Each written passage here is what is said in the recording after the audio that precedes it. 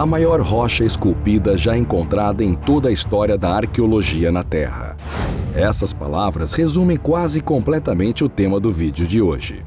Existem no planeta Terra, diferentes de qualquer outras coisas já encontradas pela arqueologia, 2 cortes de pedra impressionantes, que remontam a milhares de anos no passado da humanidade. Uma delas encontra-se no Egito, enquanto a outra no Líbano, e tem ligação direta com o Templo de Baalbek, que dispensa apresentações. Porém, o mais importante disso tudo é que, analisando ambos os cortes de pedra, os cientistas passaram a compreender mais claramente a construção de diversos outros monumentos do passado, incluindo a Grande Pirâmide de Gizé. Quer saber como isso foi possível? Então fique ligado no vídeo de hoje. Mas antes de conferir, é importante que você se inscreva no Messenger do Mega Vídeo. Basta clicar no primeiro link da descrição.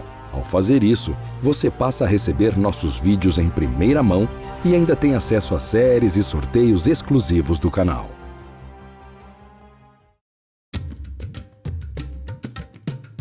Em quase todos os monumentos históricos que existem acima das desérticas areias do Egito, devemos sempre incluir uma pequena participação de uma cidade chamada Aswan, que está localizada na África, mais precisamente no Egito. Na verdade, não apenas no Egito, mas diversos monumentos em volta do globo, como em Roma ou em Paris, contaram com uma colaboração importante desse lugar para ficar pronto. Por quê? Aswan está no sul do Egito e sua localização marca a antiga fronteira do Império, onde ficava a primeira catarata do Nilo. Ali, a paisagem e o calor, mesmo no inverno, fazem justiça à expectativa de quem visita um país no deserto do Saara. Era Aswan a conexão entre os egípcios e o resto da África. E é lá que fica um dos templos mais importantes dedicados à deusa Ísis, o Templo de Philae. Conhecida em português como Assuã ou Assuão, essa cidade era a fonte das pedras que construíam boa parte do Egito Antigo. Ali estava o granito usado para fazer as estátuas, obeliscos e templos que sobrevivem por milênios hoje, incluindo parte da Grande Pirâmide de Gizé. O granito, tão importante para inúmeras obras do Antigo Egito, era encontrado apenas ali, na região do sul do país, de onde era retirado em grandes quantidades e transportado pelos trabalhadores. Por esse motivo, devido à sua importância, as pedreiras de Assuã marcaram-se como a principal fonte do material. Pensando no contexto, é óbvio concluir que o lugar, as pedreiras de Assuã, compõe uma enorme riqueza, com templos, pirâmides, museus e diversas outras construções antigas. Porém, irrefutavelmente, não é isso que mais chama a atenção. Não é algo que os faça olhar para cima, como é típico diante das grandezas do Egito. O que os turistas anseiam em ver é algo que os faz olhar para baixo.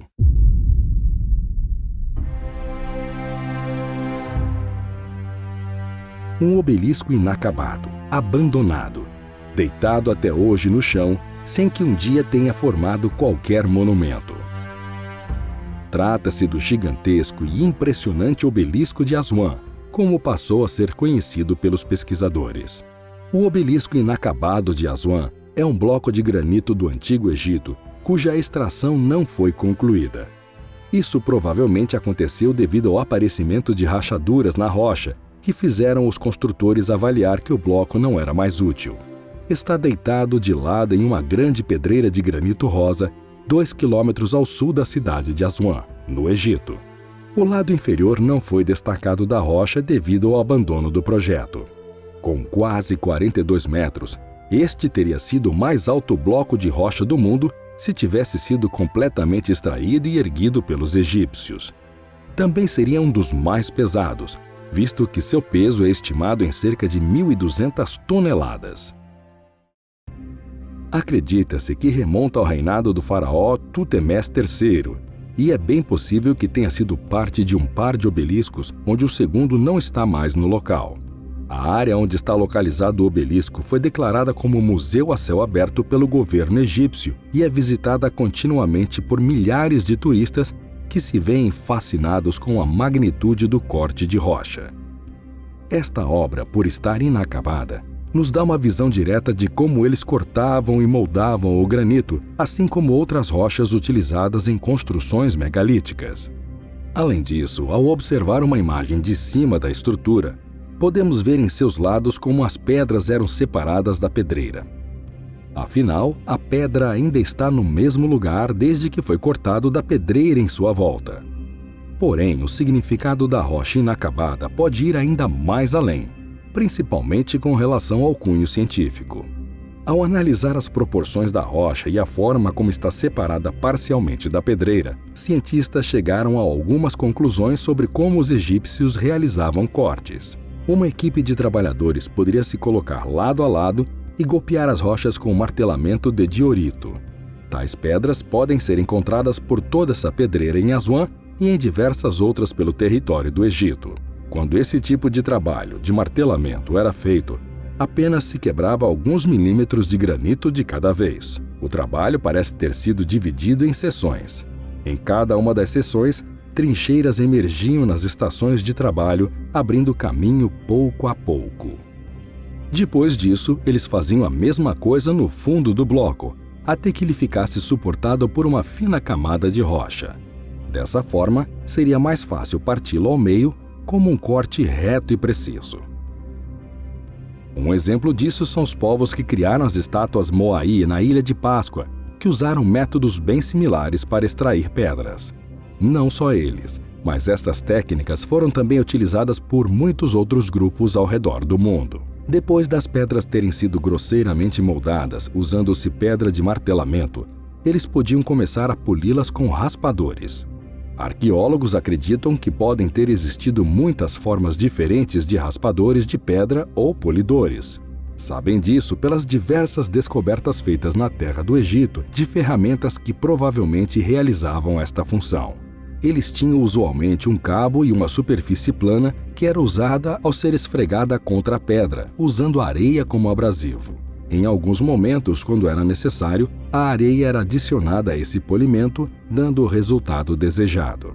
As várias partículas minerais encontradas na areia não só se mostraram duras o suficiente para polir pedras duras como o granito, mas também para nos fazer pensar que foi necessária uma avançada tecnologia alienígena para realizar o trabalho. E isso, é claro, referindo principalmente ao corte de uma das pedras mais difíceis de ser moldadas, o granito. Os egípcios tinham inúmeras maneiras de cortar o granito, a maior parte envolvendo cobre e areia. Um exemplo disso é a abundância de marcas de serra em pedras de granito em todo o Egito, tal como nas próprias pedreiras de onde essas eram retiradas.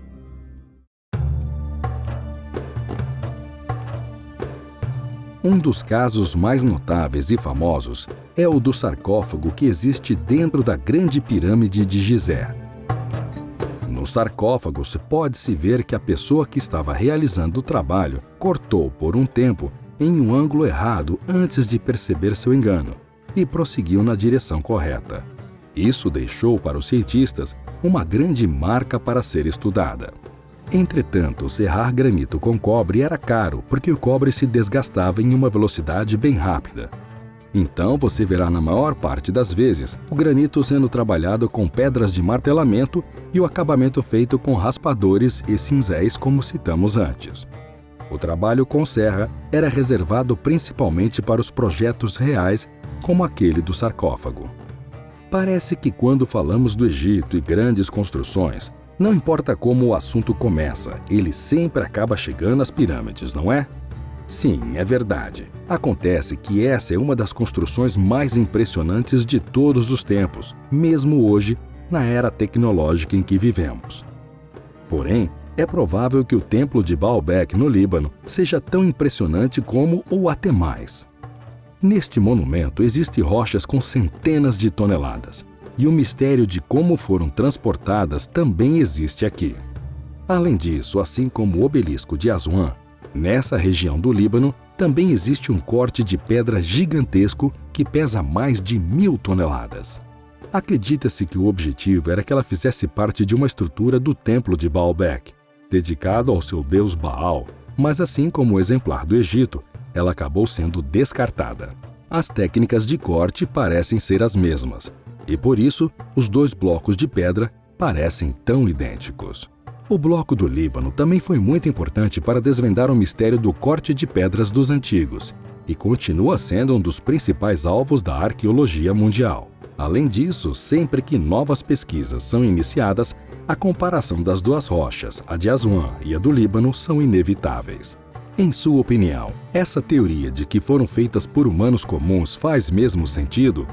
Ou no passado os antigos usaram tecnologia avançada para cortar essas rochas? Deixe sua opinião aí abaixo nos comentários. Além disso, se quiser continuar recebendo nossos vídeos, não se esqueça de se inscrever no canal e ativar o sininho de notificações.